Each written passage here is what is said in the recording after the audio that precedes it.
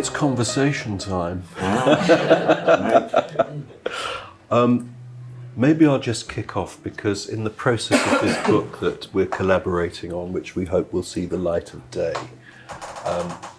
I approached a couple of LGBTQ icons and got them to give their thoughts about the Smalltown Boy song.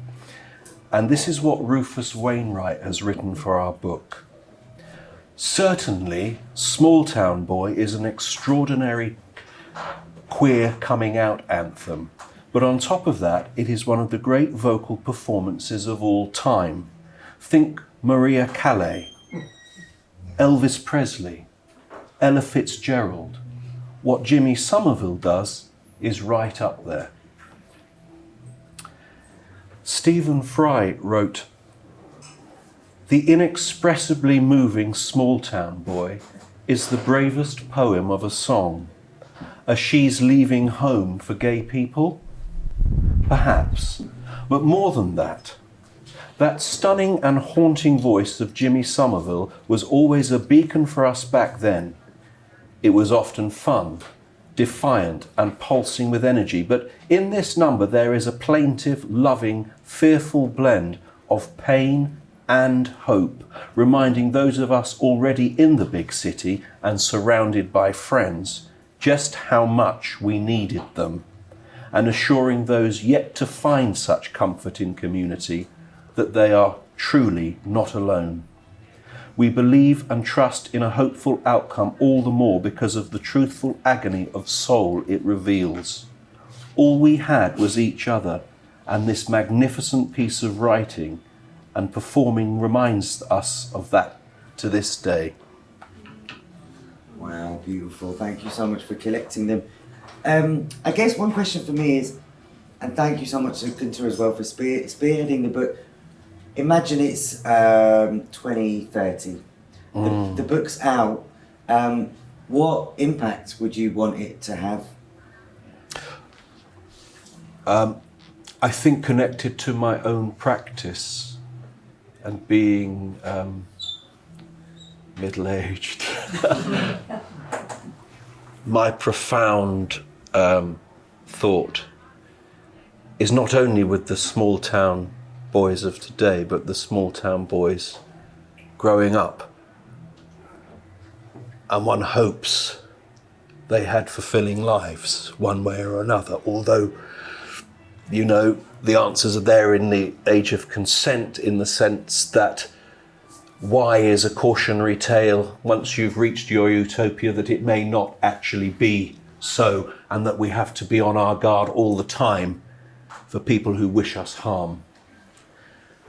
And I would like the book to outreach to those small town boys of yesteryear, to reconnect with the huge timeline that's being worked on, and obviously the walks that you do bringing history to life, that time mattered because it was a crucible of change. Yeah. And also that I hope their lives were fulfilling, that they didn't come against prejudice, because it was very hard to be gay back then, and it is easier now. No question about it, it is easier now, you know. And I still feel, like so many of my generation, that my teenage years were robbed from me because I couldn't be who I wanted to be, you know. And I hope that we're recounting of those stories and of people's experiences, and when we come together like this, that we can reconnect with our younger selves and say, you did your best, you know. And that's all that the age of consent is kind of asking. It set those questions in motion. It was a clarion call to fuck off and be yourself. Screaming was an extraordinary work, which it was almost like therapy for those of us who had had a fucking rotten teenage life, grappling with this thing that we didn't at that stage understand. And then Y comes in and says, you know, be careful, we're not quite there. And I don't think we are we? I still don't think we are. Thank you so much, Barney.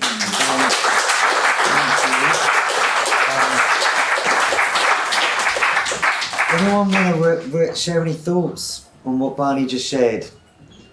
How does that resonate? Or what things, when we say we're still not there, what does that mean? What do we need to do? Yeah. And say your name as well if you like. So my name's Paula and I was a small town boy. I lived in a very small town in Hertfordshire. Yeah. So it resonated with me. Yeah.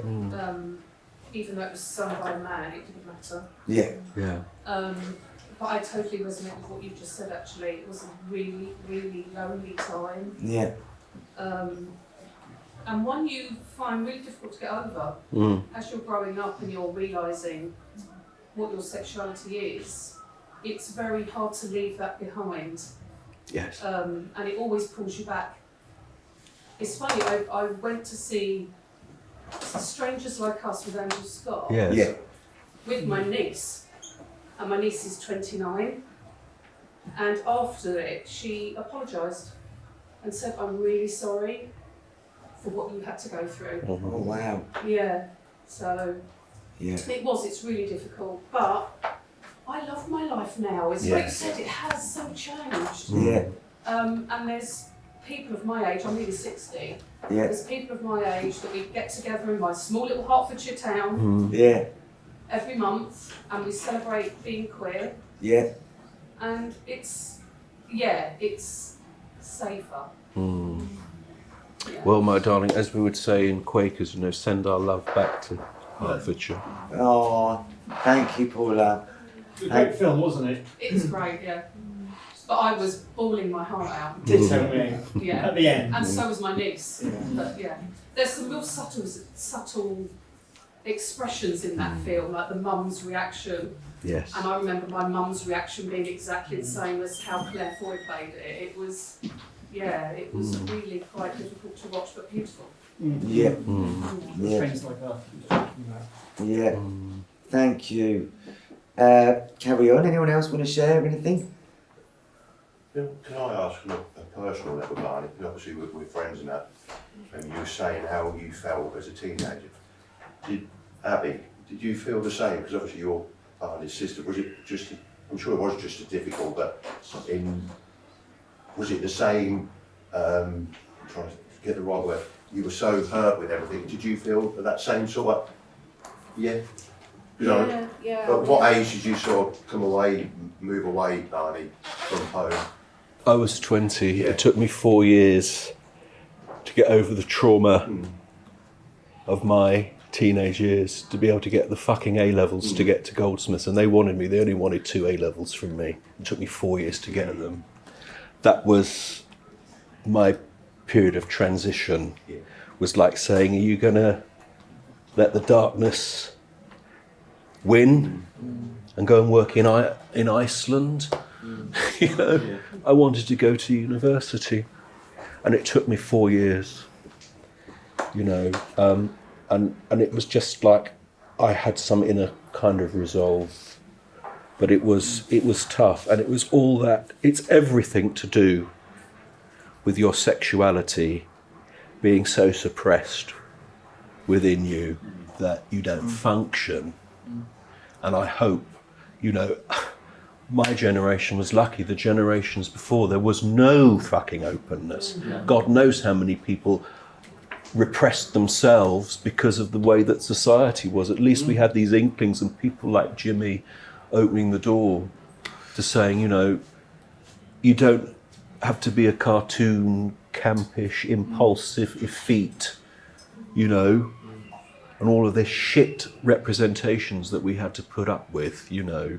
And I do think there was a symbolic violence to those people like Duncan Norvell and John Inman and all of them. I really do. There was a symbolic violence done to all of us that was, you know. What gay was. Yeah. because it's not. And I think that was the same thing as we were talking about. And it's, again, I mentioned it a little bit earlier, that it moves me so much because I think about my youth and that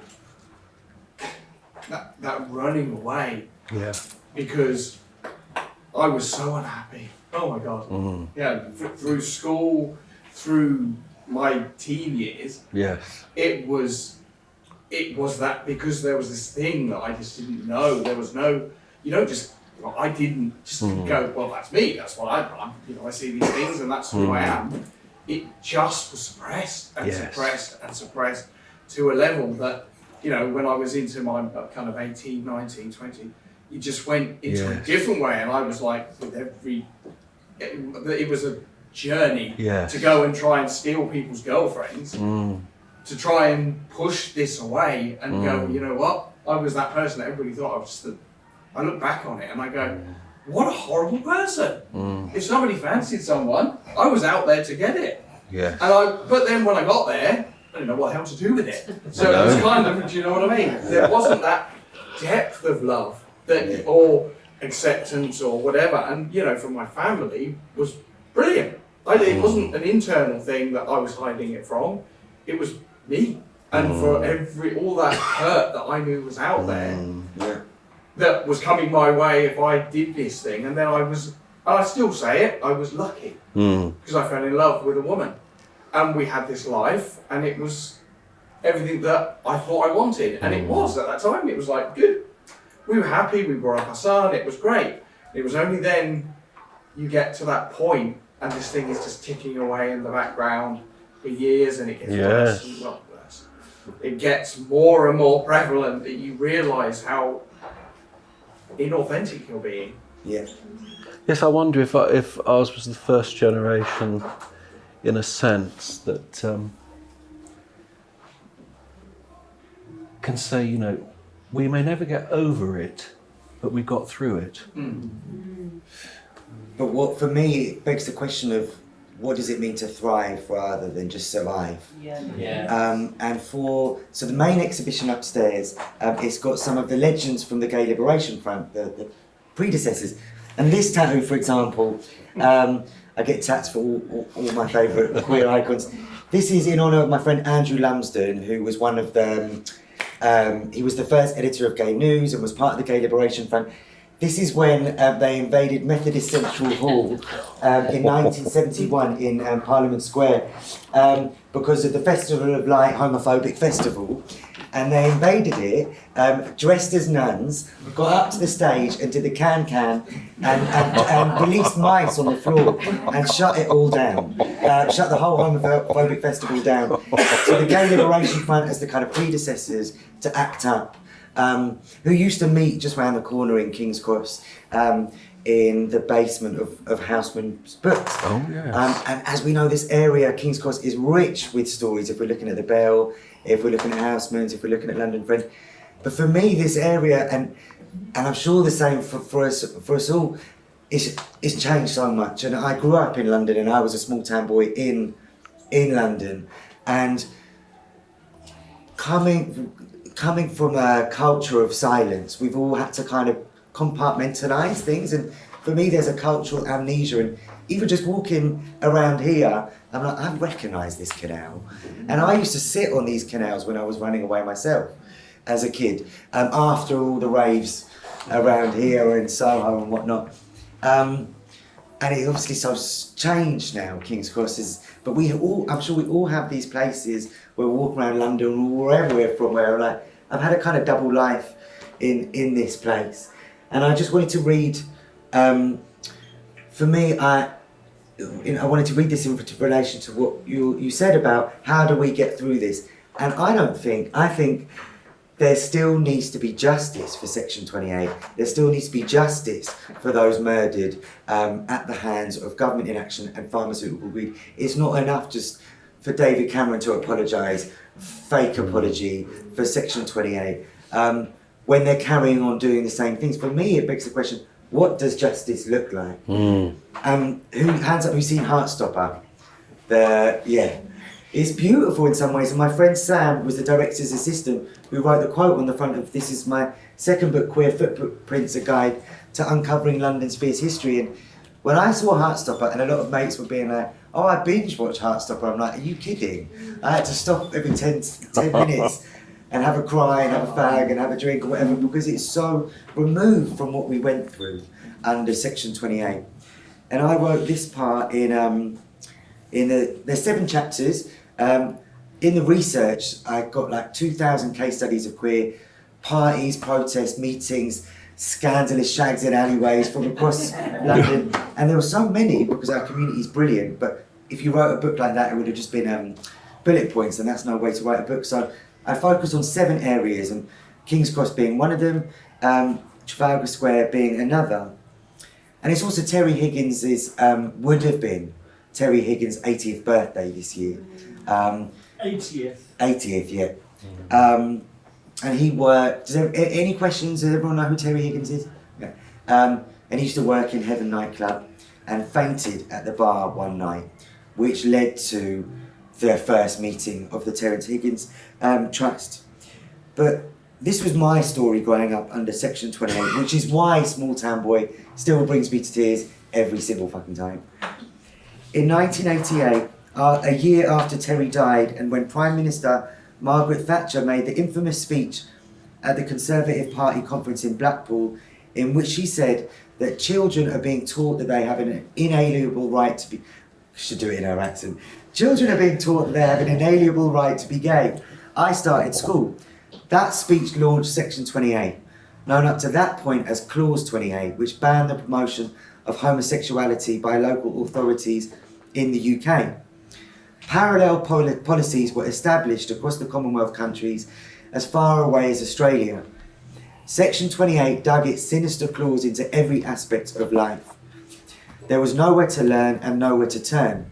It wasn't repealed until 2003. Inalienable means, the actual definition of it means, not subject to being taken away from or given away by the possessor. The significance of this cannot be underestimated. The clause was fascistic in its essence of depriving people of their self-determination and of our collective agency. Fitting, as Thatcher also tried to condition us that there is no such thing as society. Like fascist regimes before, Thatcher's movement knew that critical consciousness through education was a threat, and in the run-up to Section 28's passing, protests against LGBT inclusive education were held across the country. The Haringey Parents' Rights Group, for example, organised a burning of Danish children's book Jenny Lives with Eric and Martin, which told the story of Jenny, her father Eric, and his partner Martin.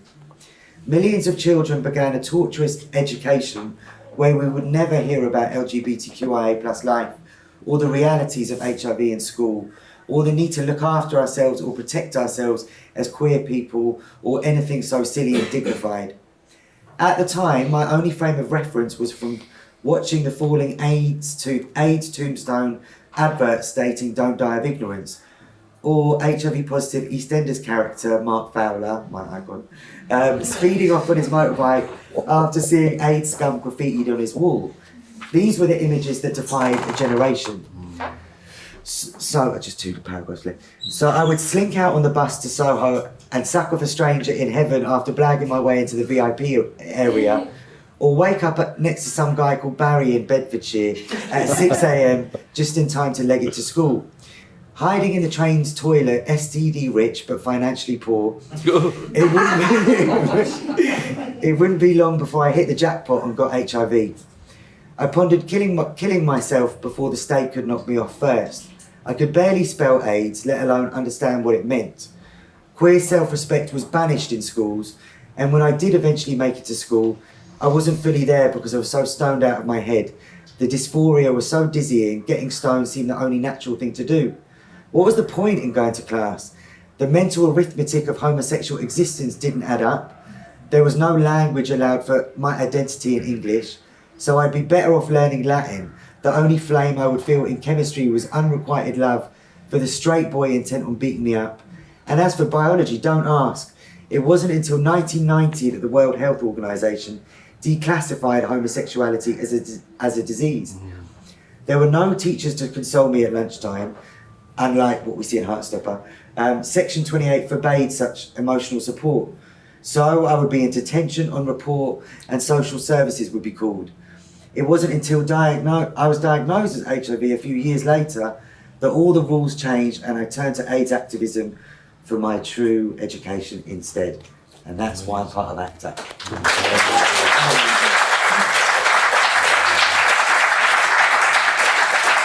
I mean, just leading on from that, I mean, making the political personal, you know, and my book, Cul de Sacrilege, is pretty much the trajectory of the Smalltown Boy. And there's one particular poem that brought to mind, where an elderly gay male couple, liberation happened too late for them. And this is their story. It's called Little Blessed. Chirrups of distant daffy threnodies, strangulated haunts of queerish eulogies. Some closeted, kindly friend of Dorothy died, deceased in their somewhere on sea. Lover covariances but twice aligned in clammy-handed cloistral consort. A shared cream tea in later life, their heads a bop at what a lurch of liberation too belatedly brought. Lives of omnipresent slur of suspense. Lives of covert swerve to coy. Lives of postpone to realms of continuous future tense. Their ever untasted joy of carnal bent. Their sour, salved at the 11th hour, a first, last French kiss on a coach-stop bench. Those legions of play act brothers and friends, all too briefly alive as men who love men. And only so because your laws fraught archaic judgments end.